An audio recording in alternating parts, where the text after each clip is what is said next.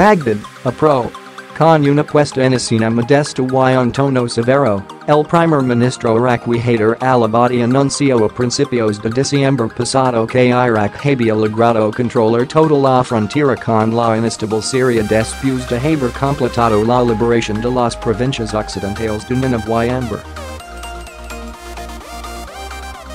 Anbar.Así, casi 4 años y decenas de miles de muertos después, Bagdad declaraba formalmente su victoria contra el autoproclamado Estado Islámico, y cerraba otro oscuro capítulo más de su movediza historia. 5 meses después de que el anhelado anuncio, Irak celebra este sábado 12 unas elecciones parlamentarias que le brindan una nueva oportunidad para regenerarse e intentar corregir los problemas estructurales que llegaron a amenazar su propia existencia. Para llevar a cabo esta ardua tarea, poco menos de 7,000 candidatos pelearán para hacerse con una de las 329 actas de diputado, una más que en los anteriores comicios, que serán otorgadas por las urnas. Su misión más inmediata será entonces la de formar un nuevo ejecutivo y apuntalar a un nuevo primer ministro, la figura más poderosa del Estado. A diferencia de anteriores citas electorales, en las que especialmente los chiitas y kurdos tendían a compartir unidos para reforzar sus posiciones, estas elecciones presentan un amplio abanico de partidos fruto de la ruptura interna de los bloques previos. En el caso de los chiitas, que controlan el país desde que el régimen sunita de Sadam Husein en 2003, la fragmentación ha dado lugar a 4 principales candidaturas.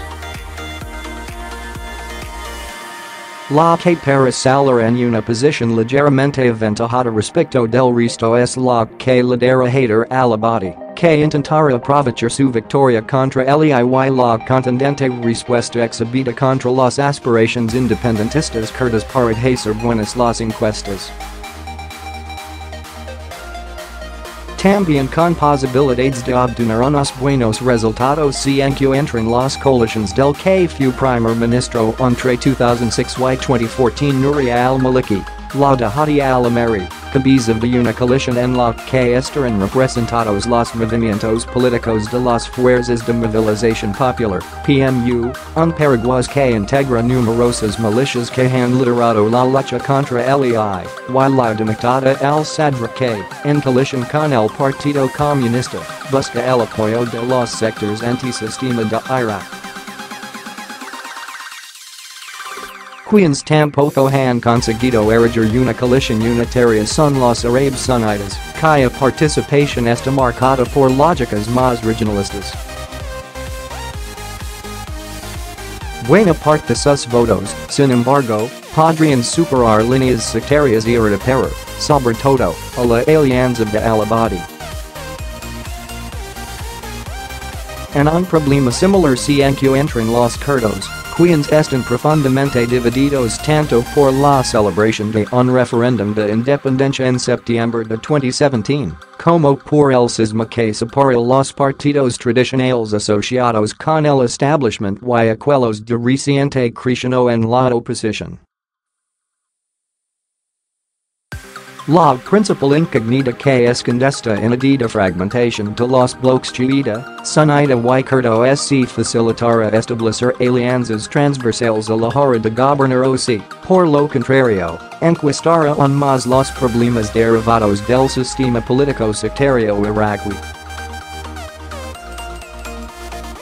Para Rhonda Slim, investigadora en el Middle East Institute, la identidad sectaria conduce el comportamiento de muchas personas, pero considera que, al menos, en estas elecciones hay una cierta esperanza de que esta lógica sectaria haya menguado.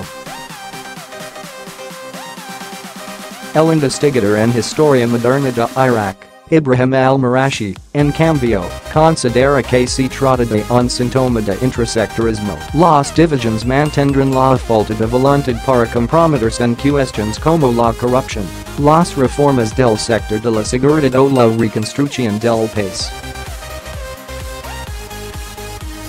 Desde el derrocamiento del régimen de Husein, que tuvo heridas y muertos como principales víctimas, Irak se ha regido por un sistema político sectario de lógica étnico-religiosa que ha hecho imposible la construcción de un Estado inclusivo.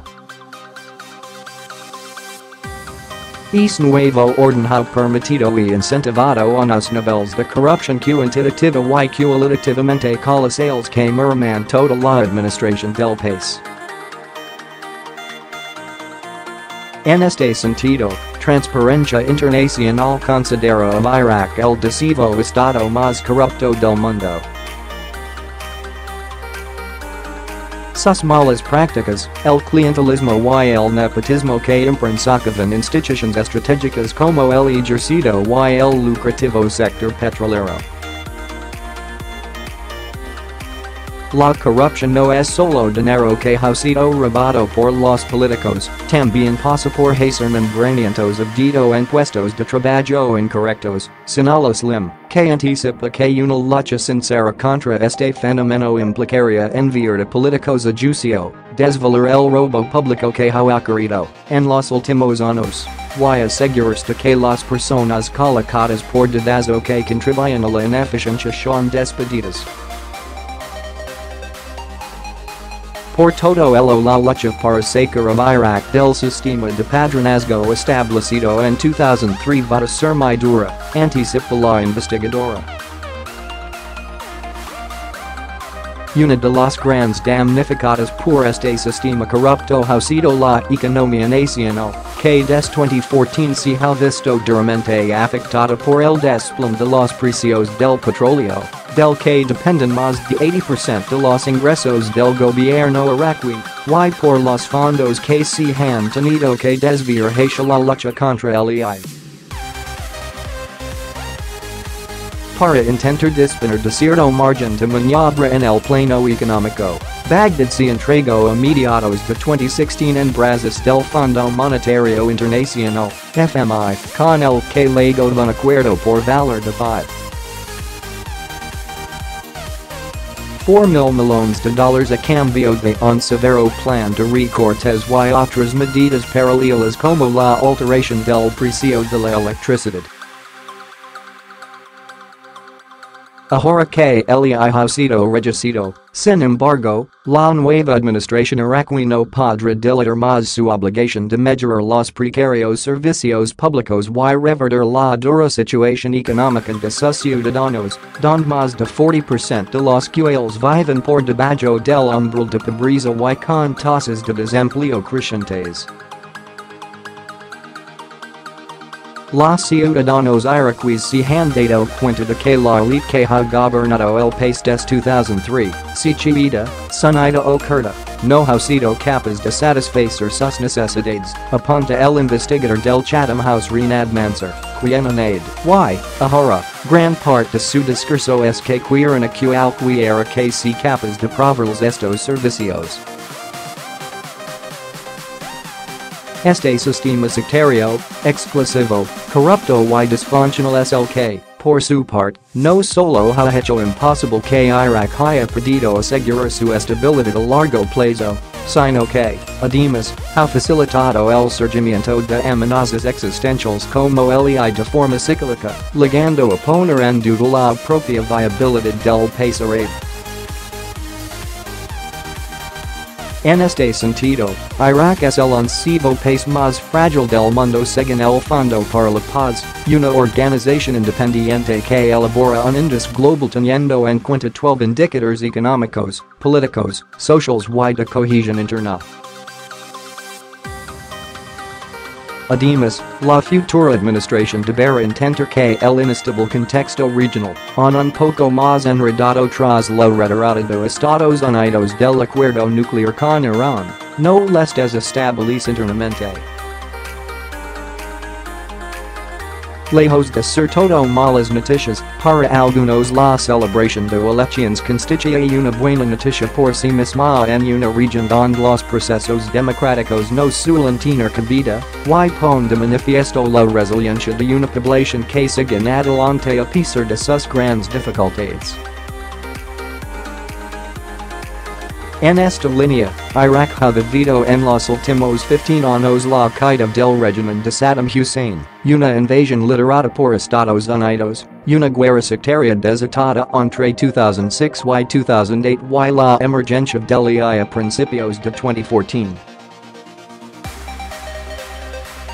Una suma de crisis que, no obstante, no han conseguido acabar ni con el país ni con el coraje de su sociedad. Desde iraquí estamos determinados a tomar parte en la construcción del futuro de Irak como Estado y a expandir culturas como la árabe, la kurda y otras por todo el país, sostiene el responsable de comunicación de una organización kurdo-iraquí que lucha por los derechos de la comunidad LGBT en el país. Los derechos LGBT y los derechos humanos son inseparables, continúa, y para tener una sociedad civil fuerte debes abordar los derechos humanos como derechos para todos. Sura, una activista de Bagdad, coincide en destacar la importancia de la sociedad civil iraquí para el futuro del país. Somos muchas las feministas que estamos luchando para defendernos como mujeres iraquíes de todas las violencias por las que atravesamos, y no vamos a rendirnos, vamos a seguir luchando por nuestros derechos. A pesar de todas las crisis, guerras, revisas en seguridad, falta de servicios, derribo de infraestructuras y sistemas políticos muy corruptos, los iraquíes siguen yendo a la escuela, buscan empleo, son funcionales y intentan hacer mucho con lo poco que tienen, defiende en entrevista con apro el director del Instituto Iraquí Americano Muhammad al-Maliki, quien ve el futuro con cierta esperanza, el país no ha colapsado a pesar de que, en la superficie, nada acaba de funcionar.